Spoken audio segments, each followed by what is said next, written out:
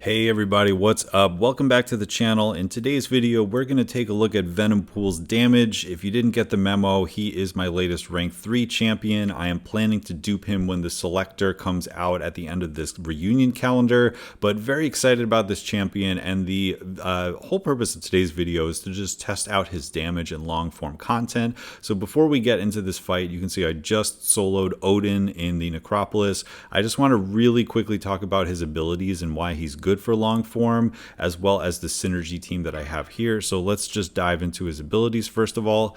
Now, the main thing that I like about this champion is that essentially every action that you do, whether it's blocked hits or hitting the opponent or just the timer going over time, is cooking timer, you're just continually adding to this meter, which is going to just give you buffs that you never lose the ramp on, unless there's some kind of buff control, which in this case there isn't.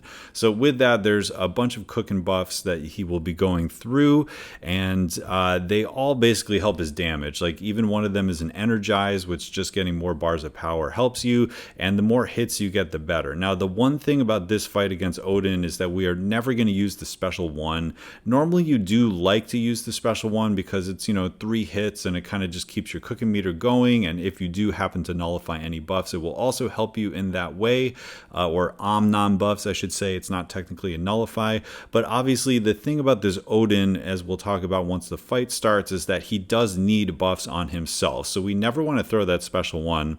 And with that, I just go straight to the special 3. I know that I'm adding combo, I'm adding buffs. As soon as we get our maximum amount of these buffs, then we are going to be replacing them with furies instead. These furies can stack, and then those are going to affect the potency of the giant bleed that you get off of the special 3. And then if you stay aggressive enough with that spicy meter that comes off of the special 3, then you are able to pause that bleed indefinitely, and it just becomes like an absolute slaughter fest. So the bleed is going to be doing most of the work, but there are also a bunch of big yellow numbers happening as we go as well. So that's kind of the reason I like him, is because you don't really need to set anything up. You just hit the opponent, and then all of this is naturally going to happen, and it's very easy to remember. Just combo and get to the special 3, and then just focus on the nodes on Odin himself.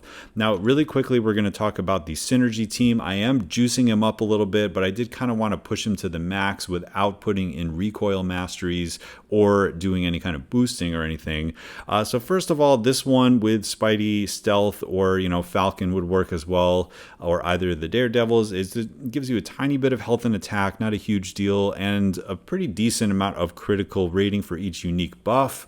We are going to be having, I can't calculate right now, but it's somewhere around like 6 or 7 unique buffs at certain times, because there's also the Vicious, there's the Furies, things like that. So you are going to be having a lot of buffs all the time. This is going to increase your crit rating, and with the crit stat focus as well, that's really going to help. And the other one off of Venompool himself is this one, where the cooking meter goes every 3 seconds instead of 5. Every once in a while, that will help you keep that bleed debuff up. It just is a little bit of quality of life. It's not necessary, but it does come into play a few times.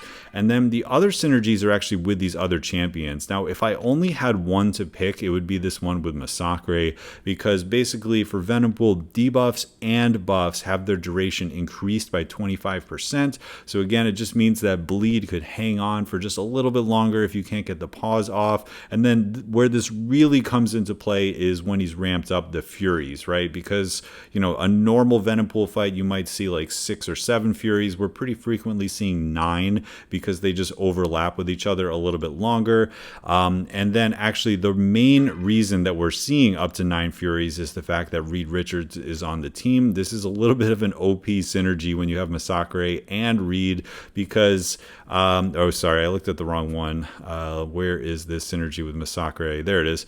Cosmic and Skill Champions basic hits pause one of each buff on them for 0.2 seconds. So this means that we're really going to be able to not only have the increased uptime on our Furies, but we can actually pause them and get to some pretty ridiculous levels. So You know, you may be like, oh, this isn't super realistic, but Masacre does exist as a 7-star, and Reed Richards is still one of the best science champions, and he's really good at aiding your team. And, you know, he may not be a 7-star right now, but I do think that a lot of people have him ranked up. And if you bring this trio in, it's going to be pretty devastating with the damage. So with that, that is our setup. We're going to rewind the tape and go back to this kill. I'm going to narrate a little bit for you, and we're going to see exactly how much damage this guy can do. Enjoy. Alright, so let's get into the fight proper now. I do have another solo of Odin on my channel. It's with America Chavez, and I go over the strategy a little bit at the beginning there. But essentially, you have some inverted controls to deal with, but more importantly, before you do any damage, you have to set up 6 or more buffs on Odin. And the way I like to do that is first I land 2 heavy attacks. So we did a combo, and then this is our second heavy attack. Now Odin Force is ready, and then you want to bait a special 1, because that's going to put the Bulwark and the True Strike. And then you bait a heavy, which is indestructible, which will put 1 Energize on him, and that's how you get to 6. And then the way we're playing Venompool here is we just throw 1 special 2, and then we are basically going to be baiting his special 2s with 2 Odin Force, which again is after 2 knockdowns as much as we can, because when he has the Odin Force and he throws a special 2, it refreshes all this stuff. Now there is a slightly simpler way to do this fight, which is to basically bait a heavy with the Odin Force, and then you get the 6 Energizes on him, and then you're covered that way as well. However, I actually like to have him get a little bit less power by only having the 1 Energize. Alright, now the only other thing going on in this fight is after he throws a special, we get the inverted controls on us. You can punish it with a regular attack, but then you have to remember that your combo ending medium is going to be the opposite way, as well as dashing back equals dashing in. But at this point, we have completely set up the fight. Like I mentioned, the only thing that I'm keeping in the back of my mind is, do I have the inverted controls icon on or not?